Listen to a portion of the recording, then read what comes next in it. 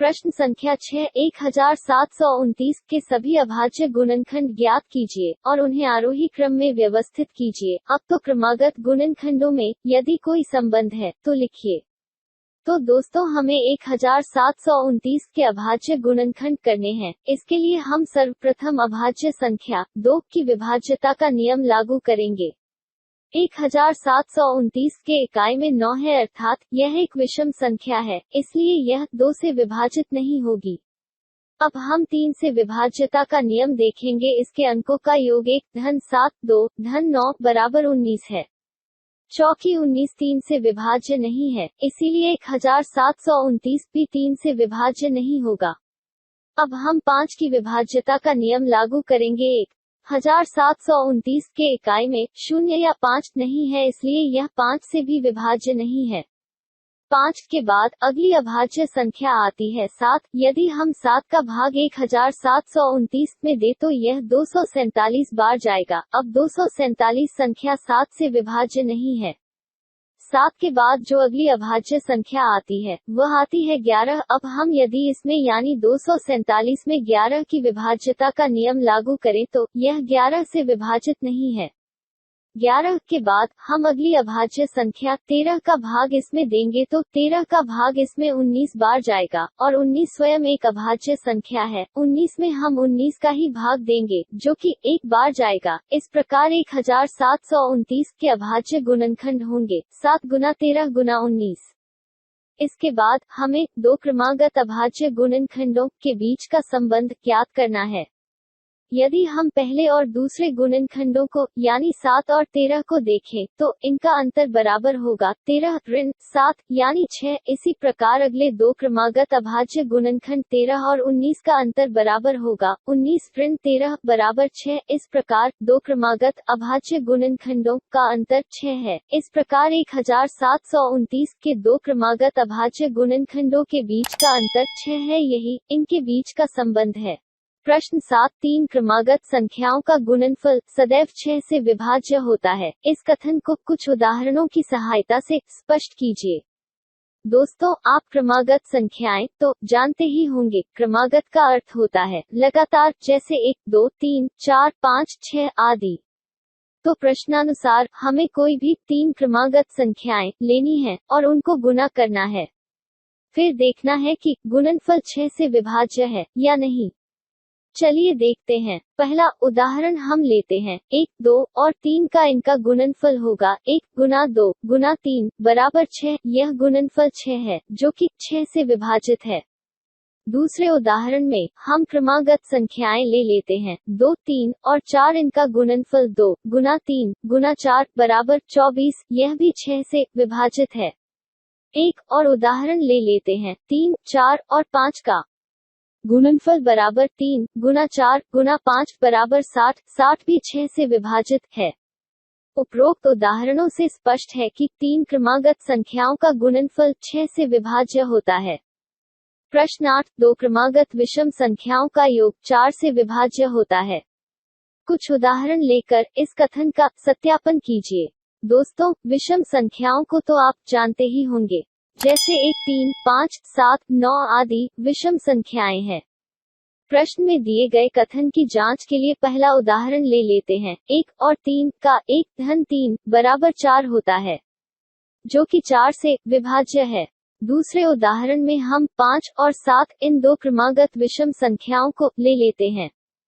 5 और 7 का योगफल 12 होता है, जो कि 4 से विभाज्य है।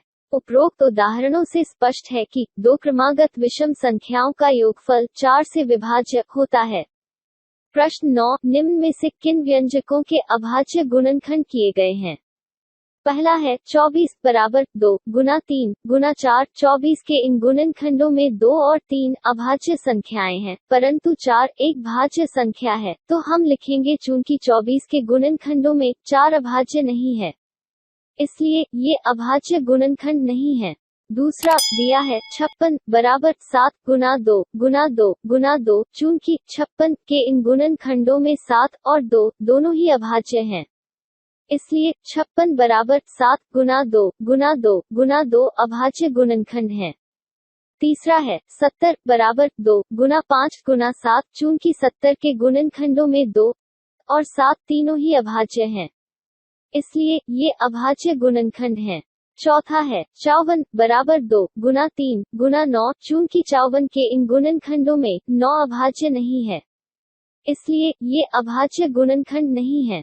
प्रश्न 10 बिना भाग की एक जांच कीजिए कि क्या 25,110 संख्या 45 से विभाज्य है। तो दोस्तों, इस प्रश्न को हल करने के लिए हमें विभाज्यता के एक नियम की जानकारी होना आवश्यक है, जो कि इस प्रकार है। यदि कोई संख्या दो सहअभाज्य संख्याओं से विभाजित हो तो वह उनके गुणनफल से भी विभाज्य होती है। तो संख्या हमें 45 दी गई है। हम 45 के दो सहअभाज्य गुणनखंड लेंगे, जैसे 5 और 9 इसके दो सहअभाज्य गुणनखंड हैं। सहअभाज्य का मतलब होता है ऐसी संख्याएं जिनका सार्व गुणनखंड यानी कॉमन फैक्टर केवल एक होता है।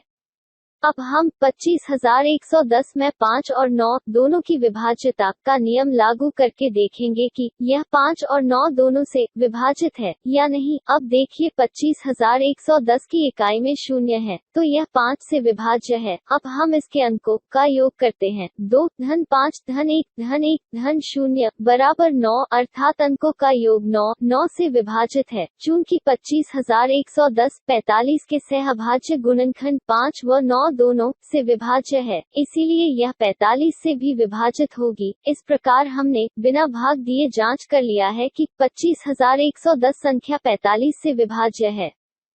प्रश्न 11 संख्या 18 2 और 3 दोनों से विभाज्य है। यह 2 गुना 3 बराबर 6 से भी विभाज्य है। इसी प्रकार एक संख्या 4 और 6 दोनों से विभाज्य है। क्या हम कह सकते हैं कि वो संख्या 4 गुना 6 बराबर 24 से भी विभाज्य होगी? यदि नहीं तो अपने उत्तर की पुष्टि के लिए एक उदाहरण दीजिए। इसका उत्तर हम लिखेंगे नहीं। दोस्तों, उत्तर नहीं क्यों होगा? अब हमें इसका प्रमाण यानी प्रूफ भी देना पड़ेगा। तो इसकी पुष्टि हम अनेक उदाहरणों के द्वारा कर सकते हैं, लेकिन यहाँ पर हम केवल 2 ही उदाहरण दे रहे हैं। अपने उत्तर में आप उनमें से कोई एक लिख लीजिएगा। उदाहरण संख्या 12 4 और 6 दोनों से विभाजित है, लेकिन 4 गुना 6 बराबर 24 से विभाजित नहीं है। उदाहरण 2 संख्या 36 4 और 6 दोनों से विभाजित है, लेकिन 4 गुना 6 बराबर 24 से विभाजित नहीं है।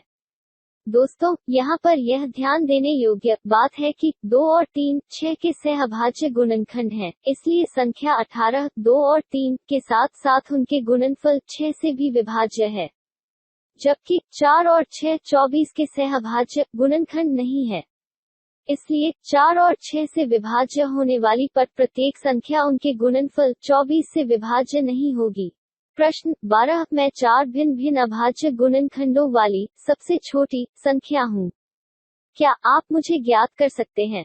दोस्तों, अभाज्य संख्याओं के बारे में आप प्रश्नावली 3.1 में भली भांति जान चुके हैं। जिन संख्याओं के केवल 2 गुणनखंड होते हैं, अर्थात जिन संख्याओं में केवल एक और स्वयं का भाग जाता है, वे संख्याएं अभाज्य संख्याएं कहलाती हैं। जैसे 2 3 5 7 11 आदि। अभी हमें जो संख्या ज्ञात करनी है वो 4 अलग अलग गुणनखंडों वाली सबसे छोटी संख्या है, इसलिए हमें इसे प्रथम 4 अभाज्य संख्याओं को गुणा करके प्राप्त करना होगा। प्रथम 4 सबसे छोटी अभाज्य संख्याएं बराबर 2 3 5 7, इसलिए अलग अलग अभाज्य गुणनखंडों वाली सबसे छोटी संख्या बराबर 2 गुना 3 गुना 5 गुना 7। अब 2 3 5 और 7 को गुना करेंगे तो मिलेगा 210। This is answer.